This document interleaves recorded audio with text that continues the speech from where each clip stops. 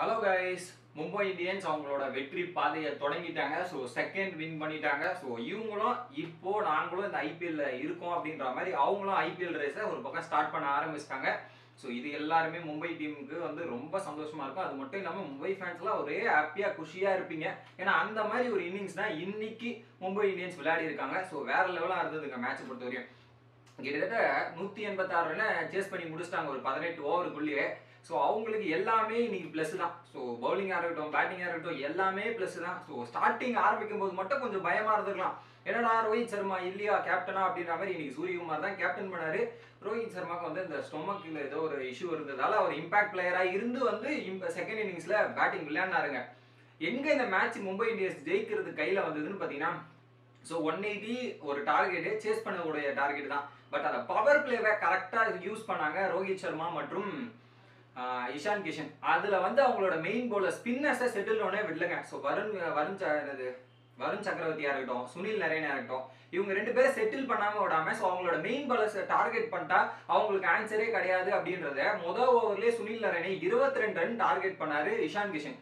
அதுக்கப்புறம் சுனில் நரேனுக்கு ஓவரே கொடுக்கல இஷான் கிஷன் இருக்கிற வரையுமே. ஸோ அந்த அளவுக்கு அவங்க பவுலர் மேலே ப்ரெஷர் போட ஆரம்பிச்சோன்னா மேட்ச் அவங்க பக்கம் அழகாக திரும்பிடுச்சுங்க. பவர் பிளேலேயே 72 ரன் அடிச்ச பிறகு ஒரு 80 பாலுக்கு 100ன்ற போது பாலுக்கு பால் ஒரு 20 பால் தான் அதிகமாக இருக்கு. ஸோ அதுக்கேற்ற மாதிரி மேட்சை பிக்கப் பண்ணிடலாம் அப்படின்ற மாதிரி எடுத்துட்டு போய் எல்லா பேட்டர்ஸுமே இன்னைக்கு மும்பை தரப்புல இருந்து பர்ஃபார்மன்ஸ் பண்ணாங்க.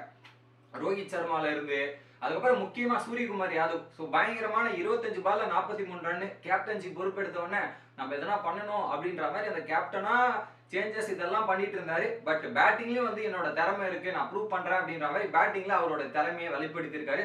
ஸோ இது ரொம்பவே பாசிட்டிவ் ஃபார் மும்பை ஃபேன்ஸுக்கும் மும்பை டீமுக்கும். ஏன்னா அவங்கள 5 விக்கெட் விட்டாலுமே 5 பேருமே வந்தவொடனே ஒரே விஷயத்தோட தான் வந்தாங்க. என்னோட மோட்டோ என்ன, இந்த பாலை நான் அடிக்கணும் அப்படின்ற மாதிரி எல்லாரும் வந்து கான்ட்ரிபியூஷன் பண்ணாங்க. அந்த அளவுக்கு அடிச்சாங்க.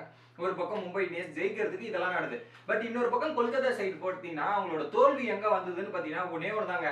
ஸோ அதுல வெங்கடேஷ் ஐயரை தவிர்த்துட்டு மற்ற பேட்டர்ஸ்லாம் எடுத்து பாத்தீங்கன்னா அந்த அளவுக்கு பேட்டிங் அல்ல. வெங்கடேஷ் ஐயர் மட்டும் ஒரு பிச்சில் ஆடுறாரு, மற்றவங்க எல்லாம் வேற பிச்சில் ஆடுற மாதிரி மேட்ச் ஆடினாங்க. அதனால அதுதான் டிஃபரன்ஸ் மும்பைக்கும் கொல்கத்தாக்கும் உள்ள டிஃபரன்ஸ். இந்த பிளேயர்ஸ் எல்லாமே ஒரு பயங்கரமான இன்டென்ட்டோட அடிக்கிற மாதிரி வந்து எல்லாமே காமிச்சாங்க. பட் கொல்கத்தா கிட்ட அந்த இன்டென்ட் கிடைக்கல. வெங்கடேஷ் ஐயரை தவிர்த்து அதுக்கப்புறம் லாஸ்ட் 4 ஓவர்லயும் இல்லை, டெத் ஓவர்ல 4 ஓவருக்கு 45 ரன் தாங்க அடிச்சாங்க. ஸோ டெத் ஓவர்ல 4 ஓவருக்கு 45 ரொம்பவே கம்மி. அந்த இடத்துலயும் கொஞ்சம் வெங்கடேஷ் ஐயர் அவுட் ஆனதுக்கு அப்புறம் ரன்னும் ஒரு பக்கம் வரல. பட் இதுல வெங்கடேஷ் ஐயருக்கு ஒரு மிகப்பெரிய ஒரு கிரெடிட் கொடுக்கணும். கிட்டத்தட்ட பாத்தீங்கன்னா கொல்கத்தாக்கு இது வரைக்கும் 15 வருஷமா ஒரே ஒரு ஐபிஎல் சதம் தான் இருந்தது. அந்த சதத்தை அடிச்சவர் யாருன்னு பாத்தீங்கன்னா பிரெண்டன் மெக்கலம். ஆர்சிபிக்கு எதிராக முதல் மேட்ச்.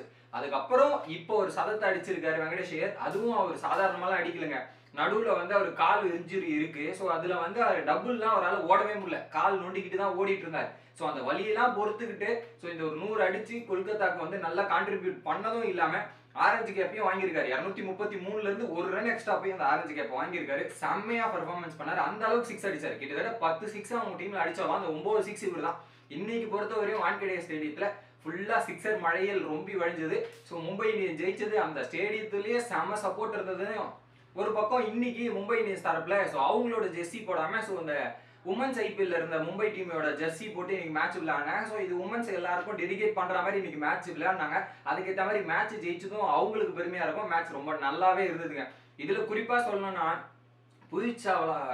புவிஷ் சாவ்லா வந்து வேற லெவலில் பவுலிங் போட்டாரு. ஸோ மற்ற எல்லா பவுலர்ஸுமே ஒரு 8 10க்கு மேலே ரன் ரேட் போயிட்டு இருந்தாலுமே அவர் மட்டும் 5 கீழேன்ற மாதிரி கன்சிஸ்டண்டா லைன் அண்ட் லென்த் போட்டு இந்த வயசுலயும் கரெக்டாக பர்ஃபார்மன்ஸ் பண்ணிட்டு இருக்காருல, வேற லெவலுங்க அவர் பக்கம். ஸோ எனக்கு தெரிஞ்சு மேட்ச் எங்க டர்ன் ஆச்சுன்னு பார்த்தீங்கன்னா ஸோ அந்த பவர் பிளேலையும் அதுக்கப்புறம் மும்பை இந்தியன்ஸோட பேட்டரோட இன்டென்ட். ஸோ வந்தவொடனே நாங்கள் அடிக்கணுன்ற முடிவோட எல்லா பேட்டரும் வந்தாங்க. அதுக்கேற்ற மாதிரி கான்ட்ரிபியூஷன் பண்ணாங்க. ஸோ அந்த இன்டென்ட் கேகேஆர் கிட்ட மிஸ் ஆகுதுன்றது தான் எனக்கு தோணுது. நீங்க என்ன நினைக்கிறீங்க அப்படின்றத கமெண்ட் பண்ணுங்க. வீடியோ பிடிச்சிருந்தா லைக் பண்ணுங்க.